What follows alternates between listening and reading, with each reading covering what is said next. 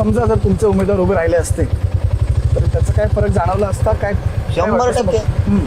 जवळपास 17 ते 18 मतदारसंघ निव्वळ मराठ्यांचं वर्चस्व आहे. तरी आम्ही त्याच्यात नाही पडलो. काय आहे की राजकारण डोक्यात घुसू नये, आरक्षण विचारायचा बाजूला आणि राजकारण डोक्यात यायचं. पण ते कुठेतरी मनात आलं होतं, डोक्यात नसलं तरी मनात आलं होतं ना, म्हणून तो विचार तुमच्या मनात आला होता की नाही, आपण आता- उमेदवार देऊया. ते फडणवीस साहेबांचं अन्याय करणं समाजामध्ये, मराठा असो किंवा धनगर असो, 12 बलुतेदार असो, मुस्लिम असो, दलित असो, मग आम्हाला नाविलाज झाला होता. शेवटी यांना बाजूला काढावंच लागणार आहे.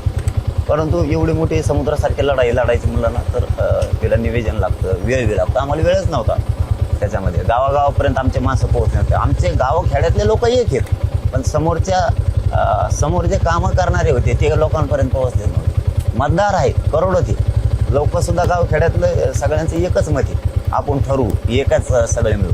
परंतु हे जे मधले काही जण होते हे तिथपर्यंत पोहोचलेच नव्हते लोकांपर्यंत. म्हणून तो निर्णय पण नाही घेतला आणि खरं पाहिलं तर राजकारण मार्ग पण नाही आणि लोकसभेत जाऊन उपयोग पण नाही आमचा कोणाचा. तिथं जाऊन काय म्हणजे आरक्षण इथं आहे राज्यात, ओबीसी आरक्षण, तिकडे जाऊन काय करायचंय?